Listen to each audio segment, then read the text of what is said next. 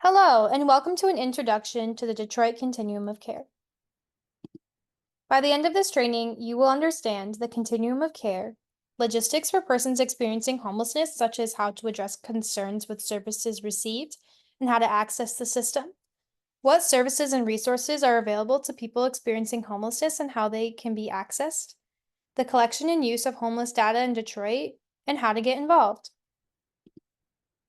Let's begin with an overview of continuum of care, also known by its acronym CoC. What is a continuum of care?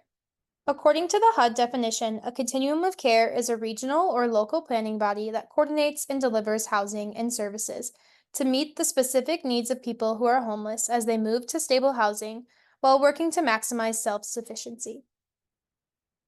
So what does a CoC do? CoCs are designed to foster community-wide commitment to the goal of ending homelessness, provide funding for efforts to rapidly rehouse homeless individuals and families, promote access to and effective use of mainstream programs, and optimize self-sufficiency among individuals and families experiencing homelessness. Here's a brief timeline of the legislator that made CoCs what they are today.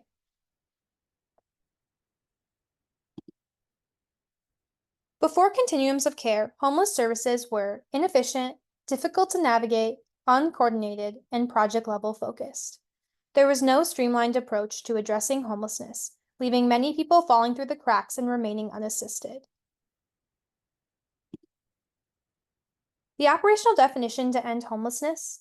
Ending homelessness does not refer to never having the issue of homelessness occur. Instead, an end to homelessness means that every community will have a systematic response in place that ensures homelessness is prevented whenever possible, or is otherwise a rare, brief, and non-reoccurring experience.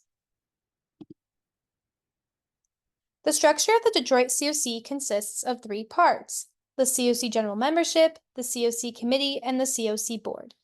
Then the CoC appoints the surrounding entities, the Coordinated Entry Lead Agency, the CoC Lead Agency, the HMAS Lead Agency, and the collaborative applicant to carry out different roles. At this time, all four of these roles are carried out by hand. So who does the Detroit CoC serve? The Detroit CoC serves Detroit, Highland Park, and Hamtramck areas. Below we have a snapshot overview of recent trends in homelessness. As you can see, there has been a decrease with a small increase in recent years. Now below we have a chart breaking down the demographics of those experiencing homelessness. It's important to know the annual report will always have the most updated comparisons, and this report is published on HAND's website.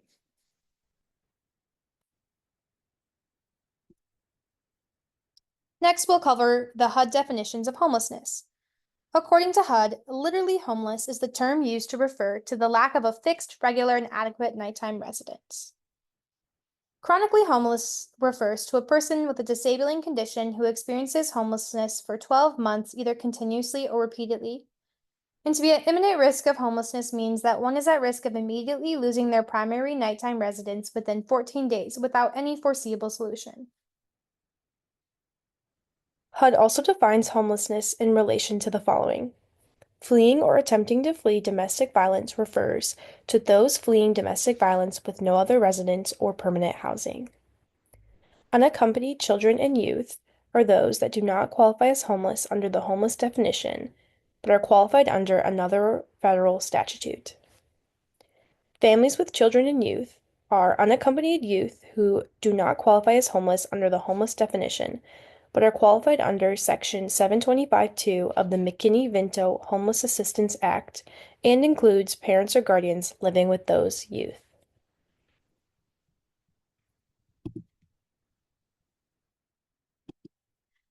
To be homeless under other federal statute refers to unaccompanied youth under 25 years of age or families with children and youth who do not otherwise qualify as homeless, but are defined as homeless under other federal statutes, have not had at least 60 days prior to asking for help, have experienced persistent instability 2 or more moves in the last 60 days, Which, as a disclaimer, the Detroit CoC needs approval for this category. and expected to continue in this status for an extended period of time. Next, we will discuss what it means to be at risk of homelessness. Being at risk of homelessness means that due to economic reasons, they have had 2 or more moves in the last 60 days, or is living in the home of another, or has been notified that their right to occupy current housing will be terminated within 21 days after seeking help, or lives in a hotel or motel paid for by a charitable organization or government program, or lives in an SRO or efficiency apartment with more than 2 people or larger housing with greater than 1.5 persons per room, or is exiting a publicly funded institution or system of care, or otherwise lives in a housing that is unstable and is at increased risk of homelessness. Now that we have a better understanding of who the CoC serves, let's move on to understanding the types of services that they provide. Some of the programs offered by CoCs are emergency shelters, safe havens, transitional housing, rapid rehousing, and permanent supportive housing. Please see the chart below to get a better understanding of what each of these are. Other services provided by CoCs are prevention, street outreach, street navigation, supportive services, and infrastructure and oversight. Please refer to the chart for further information. Next, this chart is a snapshot of the different types of funding sources coming into the CoC used to support homeless programs. Note the list of funding sources and activities they fund may not be exhausted. This chart is intended to give a picture of how certain sources of funding are used to address homelessness. Many of these programs are funded by CoC grants.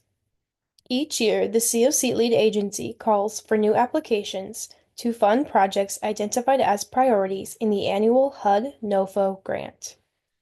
Subscribe to the HAND newsletter and/or check out handdetroit.org/continuum of care funding to receive updates when funding is available. Grants are available through the Federal Register and are updated daily. Information can be found at www.federalregister.gov. Now let's move on to addressing concerns with homeless service providers. To address concerns, individuals who feel they have been wronged can file a grievance directly with the agency. If they are unsatisfied with the result of this or fear retaliation, they can complete a consumer grievance form available at www.handdetroit.org/documents. Next, Hand and/or the City of Detroit staff will review and investigate grievances by reaching out to the complainant and agency against which the grievance has been filed. Depending on the outcome of this investigation, the CoC Grievance Committee is then asked to review the details collected and make a decision about the next steps needed directed by the matter.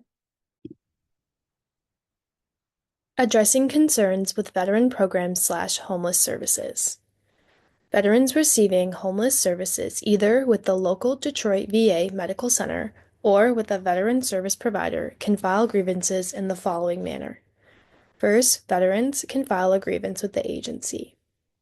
Second, veterans can then file a grievance with the liaison and/or chief HCHV programs. 3, veterans at any time can file a complaint with the patient advocate at the Detroit VA Medical Center. And 4, all veterans at any time may file complaints directly to any Congress member. This is the end of our Part 1 CoC overview. In our next module, we will cover the CAM overview.